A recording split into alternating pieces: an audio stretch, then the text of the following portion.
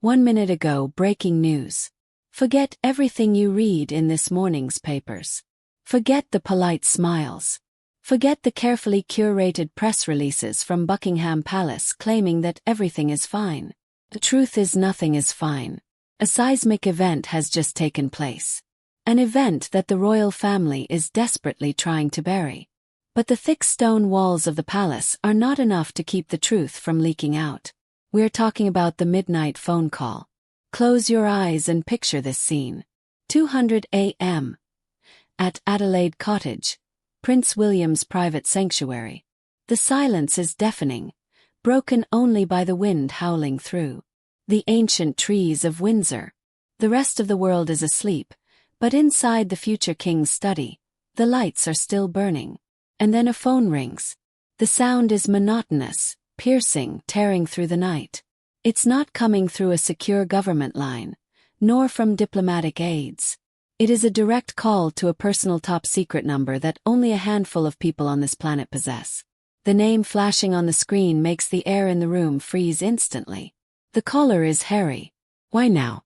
And more importantly, why did William, a man famous for his iron discipline and his rule of no compromise, decide to pick up? This was not a casual brotherly check-in.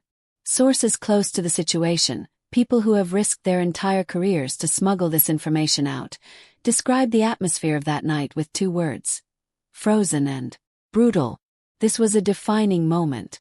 The straw that broke the camel's back the exact second the final thread of blood connecting Diana's 2 sons was officially severed.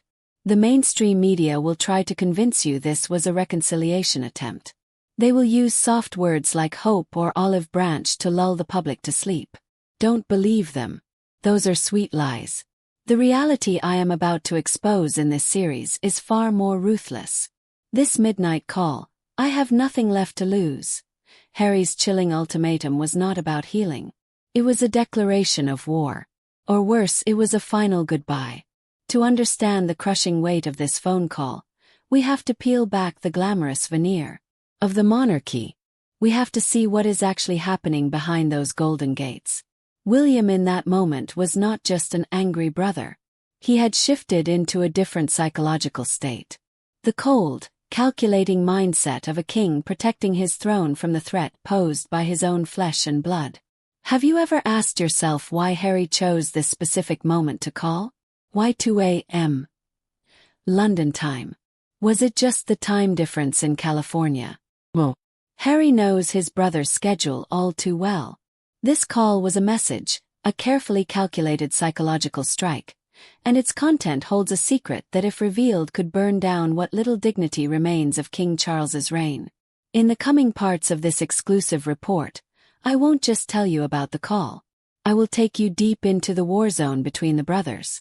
Together we will decode the silent signals, the brutal financial retaliation, and the true roles Kate Middleton and Meghan Markle played on that fateful night. But first, you need to understand the context of that evening. The atmosphere in Britain is at a breaking point. King Charles is battling illness. The monarchy is more fragile than ever. And in the dark, that phone kept ringing. William stared at the screen. He saw the name. His finger hesitated over the answer button. And when he finally slid that finger across the glass, royal history swerved down a completely different path. What was uttered on the other end of the line? The first sentence Harry spoke was not a greeting. It was a phrase that sent a chill down William's spine. Hold on to your seats because what I am about to reveal next will make you shudder. This is no longer a family matter. This is politics. This is power. And this is betrayal at the highest level. I have nothing left to lose. 7 words. That was the sentence that echoed through the receiver, freezing the air in Adelaide Cottage. It wasn't a shout. It wasn't screamed in a fit of rage. It was spoken with a calm, terrifying clarity that William had never heard from his brother before. For decades, William had known Harry as the impulsive one, the hotad, the joker who wore his heart on his sleeve. But the voice on the other end of the line that night didn't belong to the brother he grew up with. It belonged to a stranger, a man who had been pushed from family feud to royal war to the very edge of the precipice and was now looking back, ready to pull everything down with him. William stood there, gripping the phone, his knuckles turning white. The silence that followed those words was heavier than any argument they had ever had. In that moment, the Prince of Wales realized a terrifying truth. The rules of engagement had changed. For years, the palace strategy had been simple. Contain Harry, manage the fallout, and rely on the fact that eventually the rebel prince would run out of money or public interest. They believed that the threat would neutralize itself. They were wrong. When a man tells you he has nothing left to lose, he is telling you he has become the most dangerous enemy you will ever face. He can no longer be threatened with silence because he has already shouted his secrets to the world. He can no longer be threatened with exile because he has already left. He can no longer be threatened with financial cuts because he has built his own war chest. William realized in that split second the strategy of never complain, never explain was useless against a suicide mission. To understand the depth of this rift, we have to stop looking at it as a celebrity feud. This isn't about who made who cry at a wedding rehearsal. This isn't about bridesmaid dresses or lip gloss. That is the distraction the tabloids feed you. The real war is about legitimacy. Harry wasn't just calling to vent. He was calling to deliver an ultimatum regarding the future of the monarchy itself. He was holding a mirror up to the institution, the very institution William is born, to protect at all costs and threatening to smash it. Think back to the image that is burned into our collective memory. Two young boys, heads bowed, walking behind their mother's coffin while the world watched. We all projected our sympathy onto them. We wanted to believe that their shared trauma would forge an unbreakable bond, a band of brothers against the world. But trauma is a double-edged sword.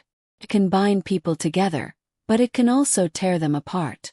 For William, the tragedy of Diana became a lesson in duty. You survive by serving the crown. For Harry, it became a lesson in escape. You survive by fighting the crown. That night, on the phone, those two opposing worldviews collided with the force of a freight train. William didn't respond with anger. He didn't take the bait.